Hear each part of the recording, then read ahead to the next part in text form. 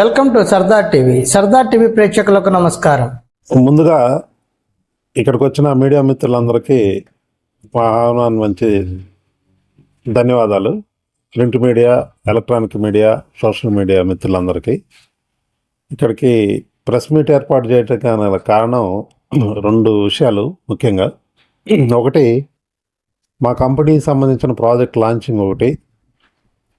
రెండో విషయం అంటే ఈ ప్రాజెక్టు సంబంధించిన చిన్న చిన్న అపోహలు ఏదో మా కంపెనీకి ఆపాదించారు సంబంధం లేని వ్యక్తులు, సంబంధం లేని మీడియా ద్వారా. ఈ రెండు వివరణ ఇవ్వటానికే ఈ ప్రెస్ మీట్ ఏర్పాటు చేయడం జరిగింది. మొదటగా మా కంపెనీ ఈ నెల 8న ఆదివారం ముళ్ళమూరులో ఒక శాటిలైట్ టౌన్షిప్ని ప్రారంభించడానికి ఏర్పాట్లు చేస్తున్నాం. వేరియంట్ ఇన్ఫ్రా డెవలపర్స్ అనే కంపెనీ పేరుతోటి. దానిలో నేను మేనేజింగ్ డైరెక్టర్ని. నాతో పాటు ఇంకా నా మిత్రులు ఎన్ఆర్ఐస్ ఒక 3 డైరెక్టర్లుగా ఉన్నారు. ఈ క్రమంలో ఈ లాంచ్ చేసే ప్రక్రియలో భాగంగా చిన్న చిన్న అపోహలకు ఏదో సంబంధం లేని వ్యక్తులు, సంబంధం లేని మీడియాల ద్వారా ఏదో ఫోకస్ చేసి మా కంపెనీకి బ్యాడ్ నేమ్ తెచ్చే విధంగా ప్రవర్తించడం జరిగింది. యాక్చువల్గా ఈ ప్రెస్ మీటు మేము దర్శి కాన్స్టిట్యున్సీకి సంబంధించింది కాబట్టి ముళ్ళమూరు అక్కడే పెట్టాల్సి ఉంది. కానీ రిలేటెడ్ ఇష్యూ అద్దంకి కూడా రిలేటెడ్గా ఉన్న కారణం వలన దీనిలో వచ్చిన ప్రధానమైన ఆరోపణలు ఏంటంటే, కంపెనీకి సంబంధించి లోకల్గా అక్కడ ఉన్న ఇన్ఛార్జ్ వాళ్ళకి సంబంధించిన రిలేటివ్స్ ఏదో మా కంపెనీని డబ్బులు అడిగారు, వెంచర్ వేసుకోవాలంటే మాకు ఇంత డబ్బులు కట్టాల్సిందని ఆ సాక్షి మీడియాలో ఏదో రాశారని మాకు కూడా ఆ రోజు పెట్టడం జరిగింది. ఈ రోజు వరకు కూడా నేను చెప్తున్నాను.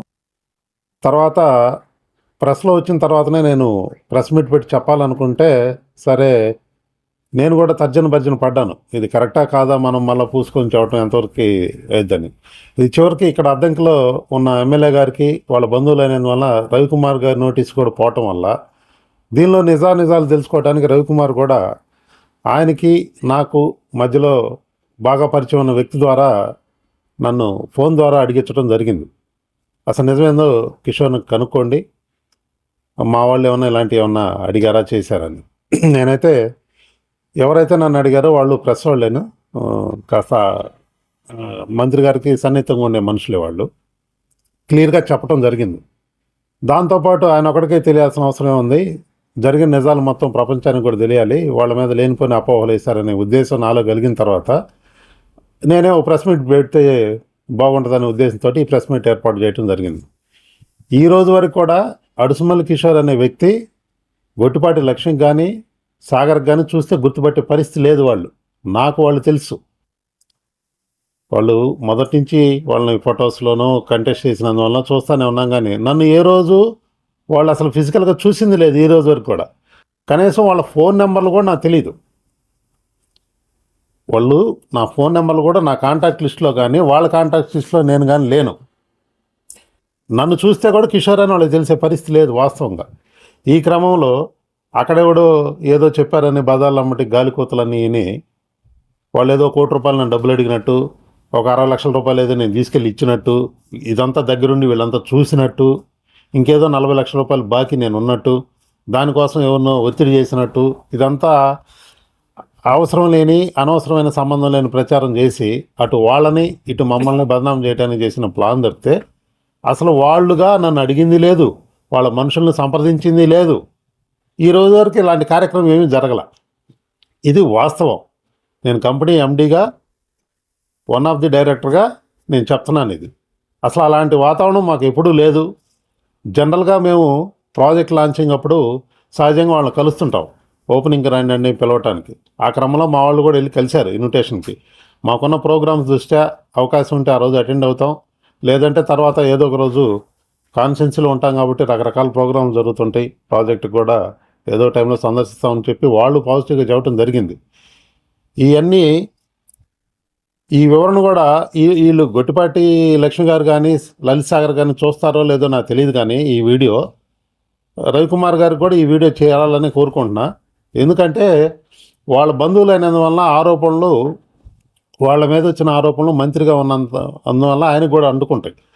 అందుకని ఆయన కూడా ఎంక్వైరీ చేయడం స్టార్ట్ చేశాడు. ఇది నేను డైరెక్ట్గానే చెప్తున్నాను, ఎందుకంటే ఇవన్నీ అవాస్తవాలు. ఇదే మాటలు నేను మీడియా ద్వారా వాళ్ళకి చేరాలని ప్రయత్నమే చేస్తున్నాను. అవసరమైతే నేను వాళ్ళు ఎక్కడికన్నా నన్ను రమ్మని, వాళ్ళకి ఏదైనా నా వల్ల కలిగిన ఇబ్బంది ఏదైనా ఉంటే నేను కూర్చొని వచ్చి వాస్తవాలు చెప్తానని ఈ సభాముఖంగా వాళ్ళకి తెలియజేయడానికి నేను ఈ ప్రెస్ ద్వారా తెలియజేయడానికి ఏర్పాటు చేయటం అనేది. అంతేగాని అపోహలకైతే తావులేదు. దీనిలో అసలు మమ్మల్ని వాళ్ళు ఎవరు ఆ ఇన్ఛార్జి సంబంధించిన వాళ్ళు కానీ మమ్మల్ని సంప్రదించింది లేదు. మేము వెళ్ళి వాళ్ళని కలిసింది కూడా లేదు. అసలు నేను ఎవరో కూడా నా పేరు చెప్తే వాళ్ళకి తెలియదు వాస్తవంగా.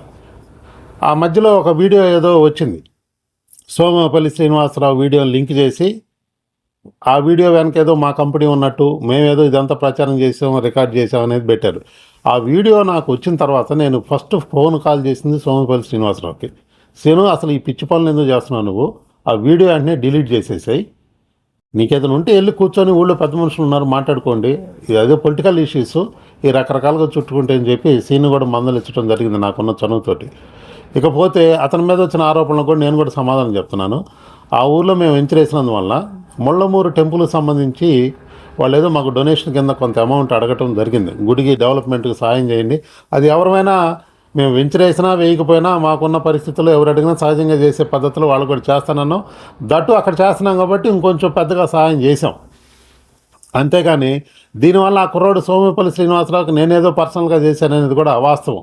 వీళ్ళేదో అక్కడ పాలిటిక్స్, లోకల్గా ఉండే పాలిటిక్స్ గుండా అతను ఏదో బదనాం చేయడం కోసం అతను మా దగ్గర ఏదో డబ్బులు ఆశించేదో మాకేదో హెల్ప్ చేశాడనేది కూడా అవాస్తవం. ఆ ముళ్ళమూరు గ్రామస్తులు మొత్తం ఆ గుడికి మేము సహాయం చేసినందువల్ల మీరు ప్రాజెక్ట్ చేస్తే మా ఊరికే మంచిది, మంచి కమిటీ ఒకటి వస్తుంది, గ్రామానికి రెవెన్యూ వస్తుందనే ఉద్దేశంతో అందరూ సహకరించడం జరిగింది. ఇది దీనికి సంబంధించిన వాస్తవాలు. ఈ వాస్తవాలన్నీ సాక్షి పేపర్ వాళ్ళు ఏదో అధికారంలో ఉన్న వాళ్ళ మీద బురద చల్లటం ఒక కార్యక్రమంగా పెట్టుకున్నారు కాబట్టి మీడియాలో, ఆ క్రమంలో ఇది కూడా జరిగిందని నాకు అర్థమవుతా ఉంది. మేమైతే మా కంపెనీ తరఫున గొట్టిపాటి రవికుమార్ గారికి, అక్కడ ఇన్ఛార్జిగా ఉన్న గొట్టిపాటి లక్ష్మి గారు, నెక్స్ట్ లలిత్ సాగర్ గారికి ఈ సభాముఖంగా మీడియా ద్వారా తెలియజేయటం అనేది ఇవన్నీ అవాస్తవాలండి. మీరు మా గుండా ఏదన్నా మానసికంగా ఇబ్బంది పడి ఉంటే మాకు సంబంధం లేని విషయంలో మాకు చుట్టుకున్నాయి కాబట్టి మేము ఇంత వివరణ ఇచ్చి, ఇక భవిష్యత్తులో కూడా మా నుంచి ఏదైనా క్లారిటీ ఉంటే మీకు మాకు ఏదైనా ఇలాంటి విషయాలు అపోహలు వచ్చినప్పుడు మేము సంప్రదించుకొని క్లారిటీ ఇచ్చుకోవాలని మేము కూడా అనుకుంటున్నాం. ఆడదాకా రావు విషయాలు ఏమీ అంత అవసరం కూడా లేదనుకుంటున్నాను. కాకపోతే వచ్చిన ఆరోపణలకు ఖండించడానికి ఈ వేదిక ఏర్పాటు చేయటం అనేది